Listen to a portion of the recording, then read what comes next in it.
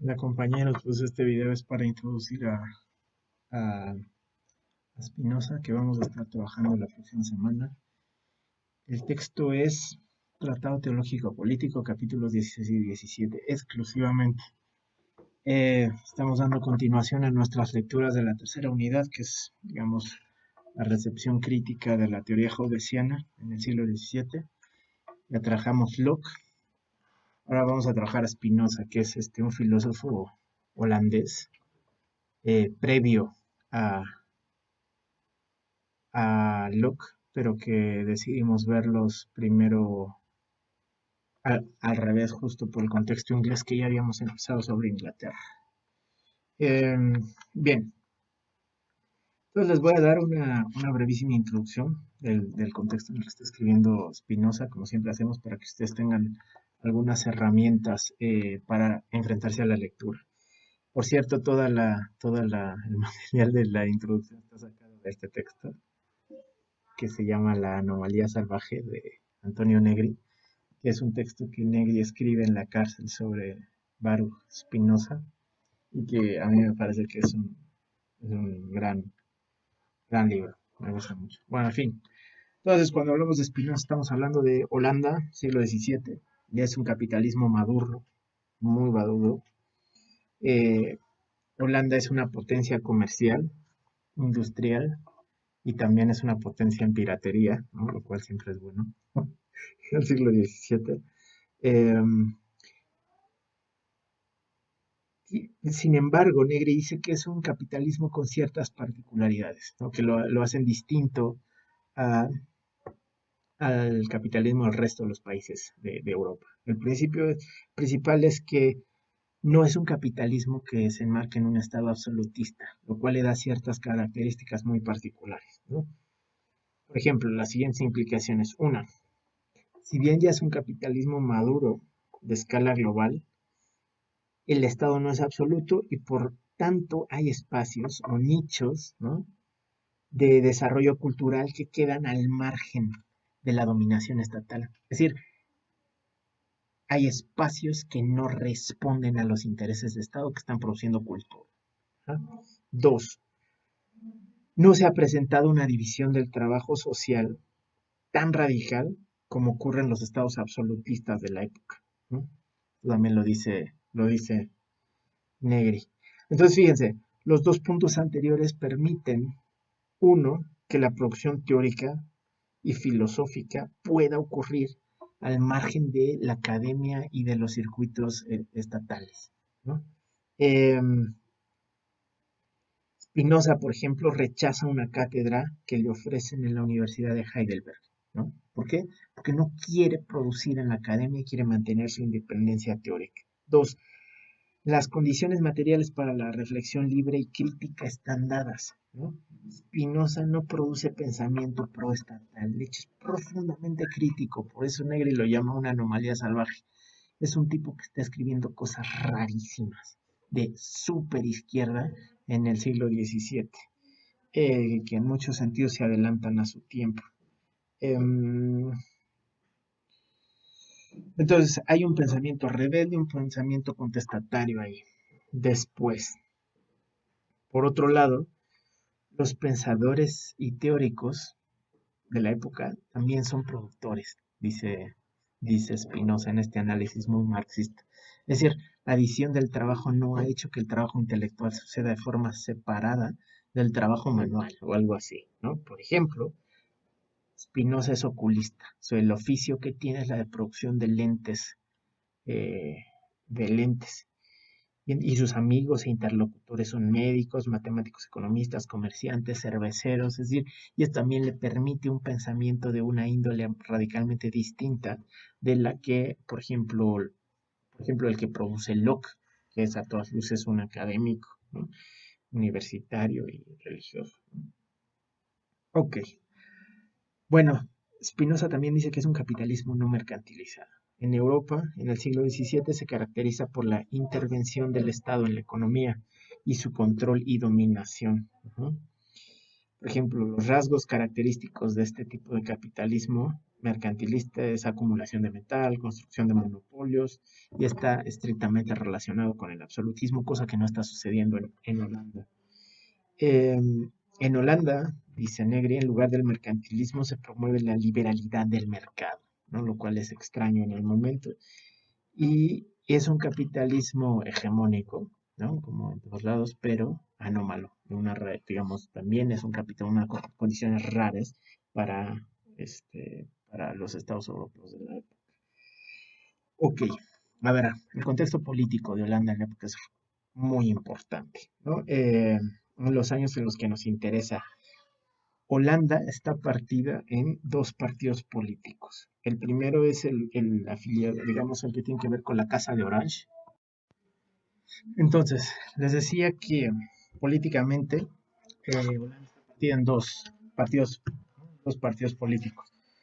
Uno es el partido calvinista, súper conservador de la Casa de Orange, eh, que está formado por terratenientes, calvinistas, retrógradas, con alianzas con el campesinado, ¿no? Y el otro es el Partido Liberal, en el que milita o participa Spinoza, eh, que, digamos, tiene una aproximación a teología tolerante, ¿no? Que son minoritaristas, librepensadores, ¿no? Y del cual participa, como les decía, Spinoza. De hecho, este texto, el Tratado Teológico Político que vamos a revisar, es una suerte de panfleto del Partido Liberal o, digamos, o de manifiesto, he leído por ahí. Ok. Se tiende a decir que, extrañamente, el siglo de oro holandés es un siglo que sigue siendo renacentista. Y les digo extrañamente porque digamos, el Renacimiento en Italia ya tiene tiempo, digamos, un siglo de menos, que ya no estamos hablando de Renacimiento, ¿no? Em, pero sigue siendo renacentista en el sentido de que sigue dominando el humanismo, digamos, el humanismo que caracterizó al Renacimiento italiano. Ujú. Bueno, entonces les voy a hablar ahora un poco más particularmente de Spinoza. Spinoza nace en 1632, esa fecha me suena, no sé si está bien, la voy a tener que revisar, a 1677, o sea, muere joven, ¿no? Em, Spinoza viene de una familia sefardita. Los sefarditas son los judíos españoles, ¿no? Que fueron expulsados de España a partir de la Reconquista de los Reyes Católicos a finales del siglo XV, en 1492, la Reconquista. Bueno, entonces es una familia sefardita, la familia Espinosa, que emigra de España a Portugal eh, y después de Portugal a Holanda, ¿no? Porque también los expulsan de ella. Y la comunidad sefardita se asienta en Holanda. Eh, Tiempo antes, ¿no? De que Spinoza naciera. Em,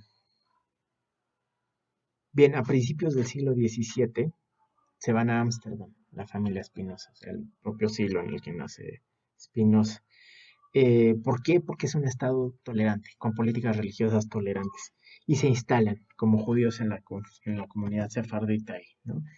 Y Spinoza es brillante, ¿no? En su familia es un genio, nadie puede negar que es un genio, y esto es de muy temprana edad, se dan cuenta sus papás, y entonces lo meten a que estudie para convertirse en rabino de la comunidad sefardita. Entonces estudia teología desde muy chico, ¿no? Ellos quieren que sea un teólogo, un gran teólogo de la comunidad, ¿no?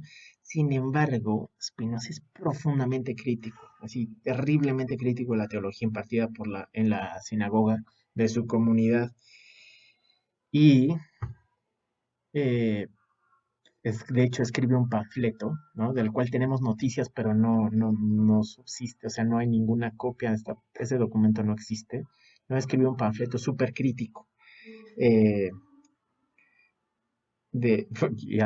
y lo panfletea fuera de la sinagoga, ¿no? Y entonces hace esa propaganda subversiva y de hecho lo excomulgan de la comunidad por ser radical. De hecho, ahorita que me acuerdo, les voy a leer el acto de excomunión para que se den cuenta qué tan punk era Spinoza, nada más que ese texto lo tengo ya abajo, entonces ahorita vengo.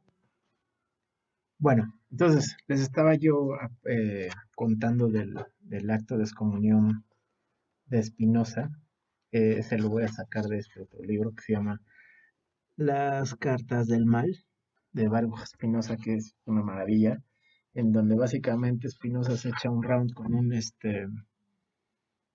un sacerdote, no sé si la sacerdote, pastor, no sé cuál es el término correcto, eh, otra vez calvinista, sobre el problema del mal, y Spinoza lo que está sosteniendo es no existe, ¿no? Desde el punto de vista de la sustancia no existe el mal, lo cual mete en problemas a este debate. Bueno, ahí viene el acto de excomunión que les voy a leer ahorita, nomás para que se den un calón de qué tan punk es Spinoza. Dice, los dirigentes de la comunidad ponen en su conocimiento que desde hace mucho tenían noticia de las equivocadas opiniones y errónea conducta de Baruch de Spinoza, y por diversos medios y advertencias han tratado de apartarlo del mal camino, como no obtuviera ningún resultado, y como por el contrario las horribles herejías que practicaba y enseñaba, lo mismo que su inaudita conducta fueran en aumento, resolvieron, de acuerdo con el rabino, en presencia de testigos fehacientes y del nombrado Spinoza, que éste fuera excomulgado y expulsado del pueblo de Israel por el siguiente decreto de excomunión. Por la decisión de los ángeles y el juicio de los santos, excomulgamos, expulsamos, execramos y maldecimos a Baruch de Spinoza, con la aprobación del santo Dios y de toda esta santa comunidad, ante los santos libros de la ley, con sus 613 prescripciones, con la excomunión con que Josué excomulgó a Jericó, con la maldición con que Eliseo maldijo a sus hijos y con todas las execraciones escritas en la ley. Maldito sea de día y maldito sea de noche. Maldito sea cuando se acuesta, cuando sale, y maldito sea cuando regresa. Que el Señor no lo perdone. Que la cólera y el enojo del Señor se desaten contra este hombre y arrojen sobre él todas las maldiciones escritas en el libro de la ley. El Señor borrará su nombre bajo los cielos y lo expulsará de todas las tribus de Israel, abandonándolo al maligno con todas las maldiciones del cielo escritas en el libro de las maldiciones, en el libro de la ley, perdón. Pero vosotros, que sois fieles al Señor vuestro Dios, vivid en paz. Ordenamos que nadie mantenga con él comunicación oral o escrita, que nadie le preste ningún favor, que nadie permanezca con él bajo el mismo techo o a menos de 4 yardas, que nadie lea nada escrito o transcrito por él. Decreto de excomunión de Baruch de Spinoza, 1656. Les digo bien en este libro que se llama Las Cartas del Mal. Ahí lo estoy sacando. Bueno, en fin. Entonces, digamos, es un punk. Para su época es un punk radical, ¿no? Eh, y entonces la onda de Negri es, ¿cómo? ¿Cómo es que este vato es un punk, es una anomalía salvaje? ¿Cómo? Y entonces dice, pues tal vez viene de, digamos, de la muy particular serie de influencias que trae, ¿no? Es decir, a quién está leyendo, a quién conoce Spinoza, por qué resultó como resultó. Entonces él dice, tiene 4 influencias profundamente anómalas. Lo primero es, conoce de cabo a rabo la teología judaica, ¿no? Estudió desde muy chico para convertirse en rabino, ¿no? Y eso lo trae clarito, ¿no?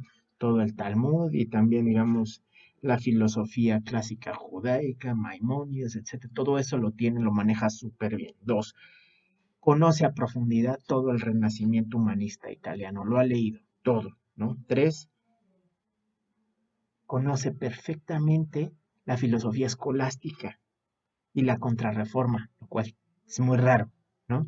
Es profundamente raro eso. Y 4, eh, conoce y maneja críticamente desde muy temprano, desde las primeras recepciones críticas, de la novísima filosofía moderna de Descartes, ¿no? El cartesianismo, de hecho, tiene un texto sobre los principios de filosofía de Descartes, en donde se pelea con él en torno a, en fin, al dualismo ontológico que maneja Descartes, esto de la res cogitans y la res extensa, etcétera, etcétera, en fin. Entonces, estas cuatro cosas son como generalmente incompatibles y en el pensamiento de Spinoza confluyen para generar un pensamiento muy novedoso y muy distinto al que se está haciendo en la época. Eh, por ejemplo, hacen de él un racionalista, pero no idealista, sino un racionalista materialista. Como esta pareja lo hace ya raro, ¿no? En la época o más bien o eres idealista o eres materialista, y eso hace de ti o bien un racionalista a la Descartes, un empirista en la escuela inglesa como Bacon y Hobbes y más adelante Locke, pero en Spinoza estas dos como que se juntan para formar un racionalismo materialista, raro, ¿no? Entonces, como todas estas influencias encuentran formas de salir. Por ejemplo, el Tratado Teológico Político es la primera defensa moderna de la democracia radical, la democracia radical, pero que está argumentada a partir de un profundísimo conocimiento del texto bíblico. Ajá. Y echa mano de toda la teología judaica ahí para hacer esta defensa. Dos, por ejemplo, también, eh, bueno, y esto lo vemos en la ética, ¿no? La ética demuestra según el orden geométrico, ahí está el racionalismo, pero inicia como una especie de cover, ¿no? Del argumento ontológico de San Anselmo, de la demostración lógica de la existencia de Dios, del cual deriva la idea de una sustancia única, ¿no? De un monismo ontológico, etcétera. Digamos, es, es rarísimo Spinoza. Eh, bueno, es tan extraño que el pensamiento de Spinoza tardó en entrar al canon filosófico. Todo el mundo sabía que era un gran pensador, pero unos cuantos años después, como que no se le toma muy en serio. En la época de Kant, cuando Kant está participando del debate sobre el panteísmo, ya a Spinoza se le ve como raro, como alguien así a quien no se retoma, en fin, eh, va a ser, va a ser retomado fuertemente por Hegel, y más adelante en el siglo XIX también, y esto también es muy raro, lo va a retomar Nietzsche. Entonces fíjense que sea Spinoza sea al mismo tiempo influencia para Hegel y para Nietzsche, es una cosa bastante notable. En fin, em, es un pensador que a mí me gusta muchísimo, es muchísimo, ¿no? De los pensadores modernos, esta vez el que más me gusta por la complejidad de su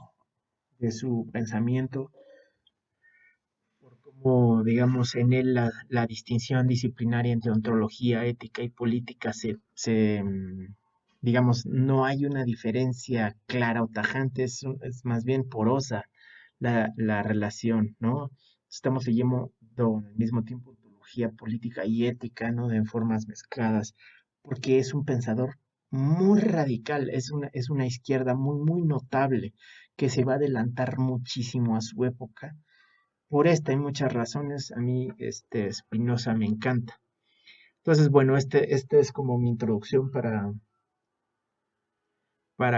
hacer que ustedes también quieran leerle, entrarle a la lectura del Tratado Teológico Político.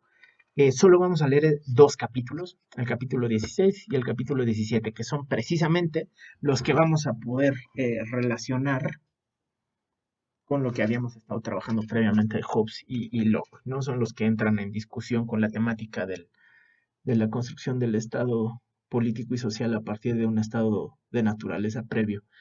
Y espero que les guste. Pues, eso sería todo.